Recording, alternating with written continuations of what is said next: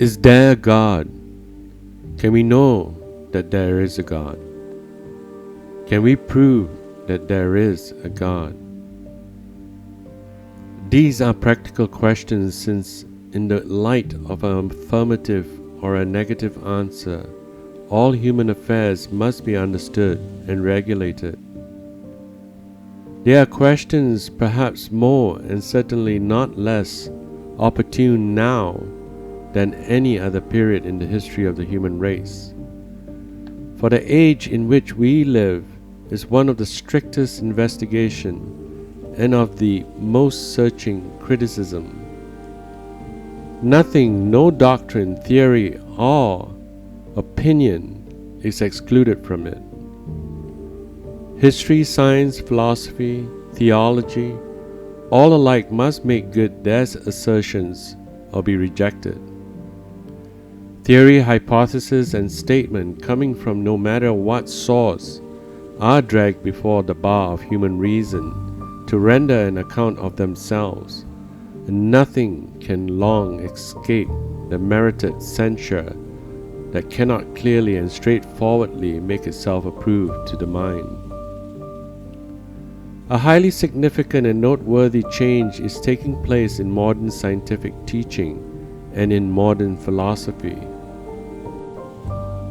The first is seen to be abandoning positions which a few years back it claimed to be impregnable. It is progressing, and as it registers and tabulates the results of its researches, it dogmatizes less, speculates less widely, is more anxious to join its forces to those of that same philosophy that it formerly stigmatized as a mere tissue of word weaving, and an anti-progressive brake upon the wheel of advance. The science of the 20th century is realizing more and more its descriptive function. It is going back to its old and far more exact methods, and it is looking to philosophy as to separate department of thought based on other foundations and pursuing other methods than its own, for a solution of a great problems that the existence of the world sets before every thinking mind. And philosophy in its more recent forms and aspects is drawing closer to the path in which it originally trod.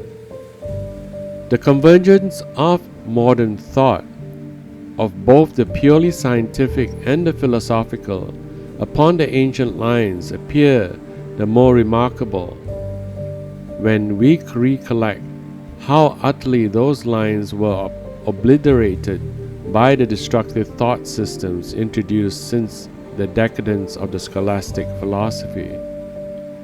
Even now, the old principles are mostly entirely unknown to those new explorers who are steadily and apparently quite unconsciously drawing closer to them. It is difficult to suppose that any one system of philosophy could be begun and perfected by an individual. The completed system as we know it has invariably been the work of a school, the result of many tentative efforts.